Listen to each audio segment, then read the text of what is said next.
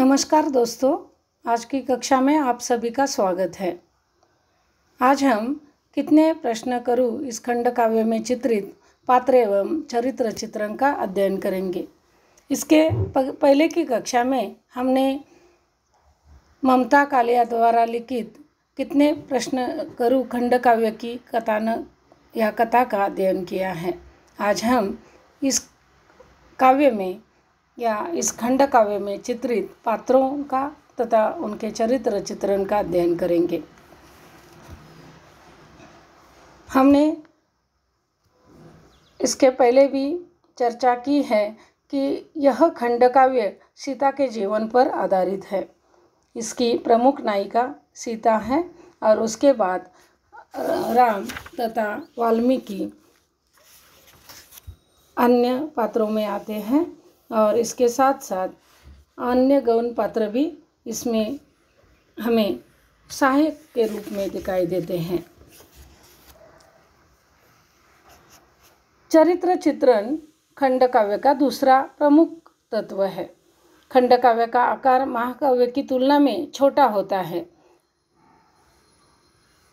परिणाम स्वरूप खंड काव्य में पात्रों की संख्या जो होती है वह सीमित होती है। इसमें चरित्र का विकास भी उतना ही होता है जितना कथा वस्तु के विकास में आवश्यक हो। प्रस्तुत खंड काव्य में महाकाव्य की तरह मुख्य और गौण पात्रों की योजना की जाती है। प्रस्तुत खंड काव्य नायिका प्रधान है। इसमें सीता, राम, हनुमान, वाल्मीकि आदि प्रमुख पात्र हैं। रावण खलनायक के रूप में चित्रित है और अन्य जो पात्र इसमें आए हैं वे गौण पात्र के रूप में हमारे सामने आते हैं। तो आज हम सीता का चरित्र चित्रण देखेंगे या सीता के चरित्र की चारित्रिक विशेषताओं पर प्रकाश डालेंगे। कितने प्रश्न करूं खंड काव्य की प्रमुख नायिका जो है वह है सीता। सीता के चरित्र को केंद्र में रखकर ममता कालिया जी ने इस खंड काव्य की रचना की है। सीता केंद्रीय पात्र है। खंड काव्य के विवाह प्रसंग से लेकर पृथ्वी प्रवेश की घटना तक के सभी प्रसंगों का संबंध प्रत्यक्ष या अप्रत्यक्ष रूप से सीता के साथ जुड़ा है। प्रस्तुत खंड काव्य में सीता का चरित्र पूरी राम कथा में कई तरह के सवाल उठाता है। उन्हीं सवालों को कथा से जोड़कर देखा गया है। अतः सीता प्रस्तुत खंड काव्य की नायिका के रूप में चित्रित है।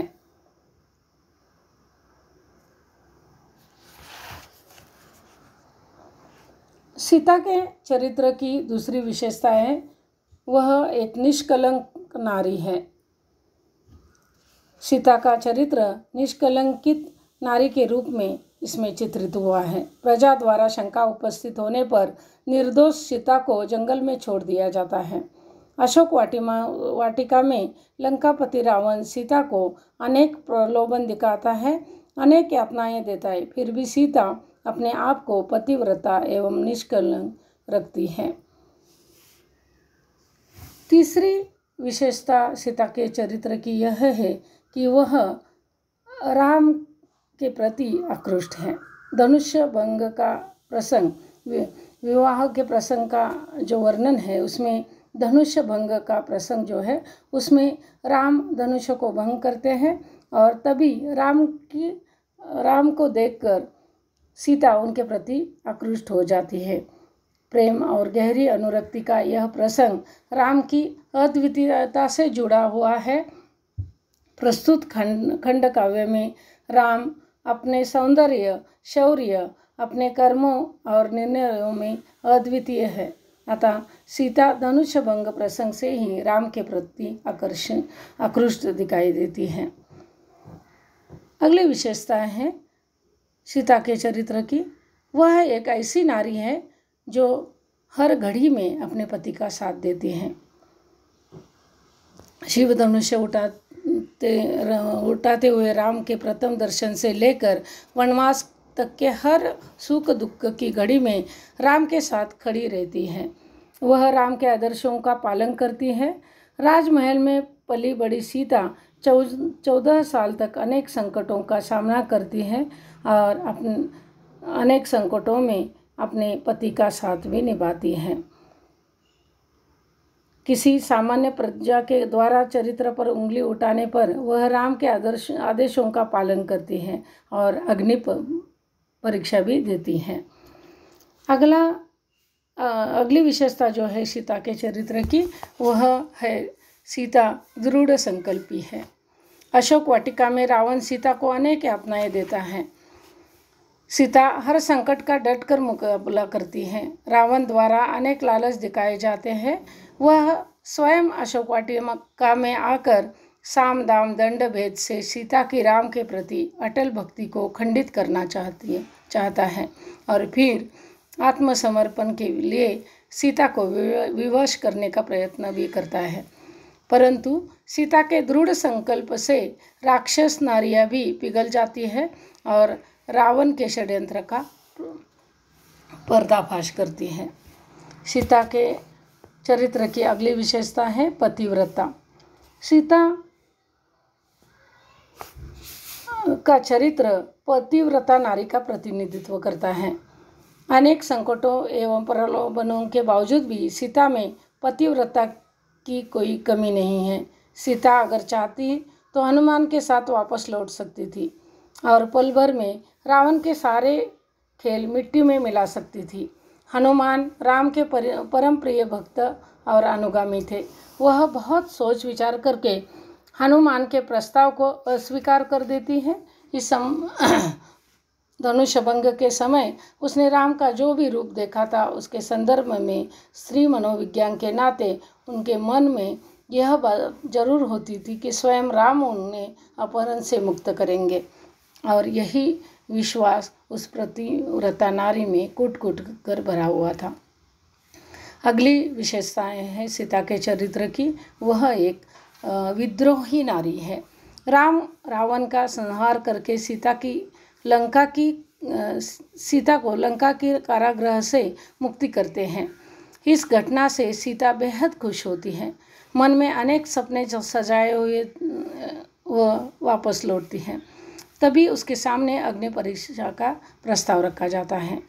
इस प्रस्ताव से सीता खिन्न हो जाती है, दुखी हो जाती है।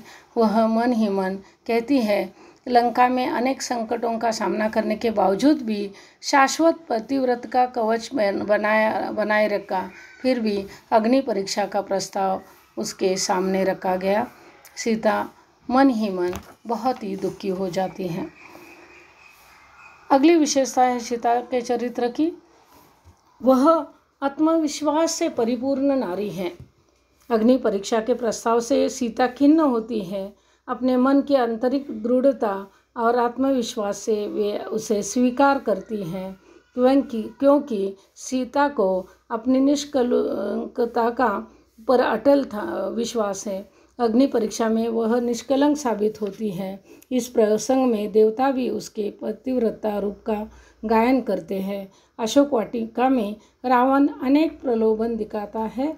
सीता अनेक संकटों का सामना करती है। उसे दृढ़ विश्वास है कि श्री राम उसे इस संकट से बाहर निकालेंगे। अगली विशेषता है निर्वासित नारी। प्रस्तुत खंडकाव्य में सीता निर्वासित है। वह निर्वासन का विरोध नहीं कर पाती क्योंकि वह अकेली है। प्रजा, सम्राट तथा परिवार का कोई भी सदस्य उनकी ओर से बोलने के लिए तैयार नहीं होता।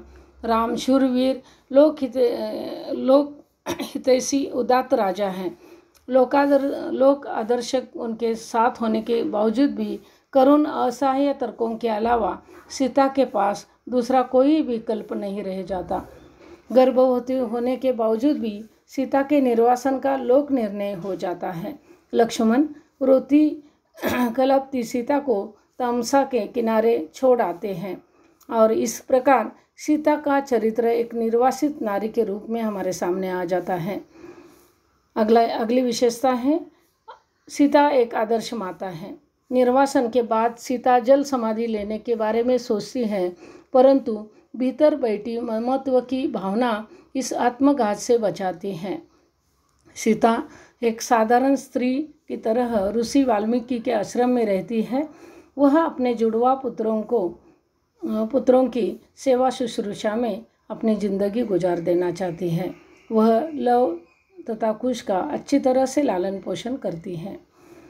अगली विशेषता है राम के लोक निर्णय की शिकार। सीता लोक निर्णय की शिकार नारी है। लंका की कारागृह से मुक्ति के बाद सीता खुश थी। वह अपने मन ही मन में अपने सपने सजाई हुई थी, तभी उसे लोक निर्णय का शिकार होना पड़ता है। इस घटना से वह दुखी हो जाती है। उसे निर्वासन की स्थिति से गुजरना पड़ता है, क्योंकि प्रजा, समाज तथा परिवार का एक भी सदस्य सीता की ओर से बोलने के लिए तैयार नहीं है। राम गुरुजनों और अन्य ऋषियों से परामर्श करके सीता को पुनः वापस लाने का निर्णय वाल्मीकि को सुनाते हैं। इस समय भी सीता के सामने अग्नि परीक्षा का प्रस्ताव रखा जाता है।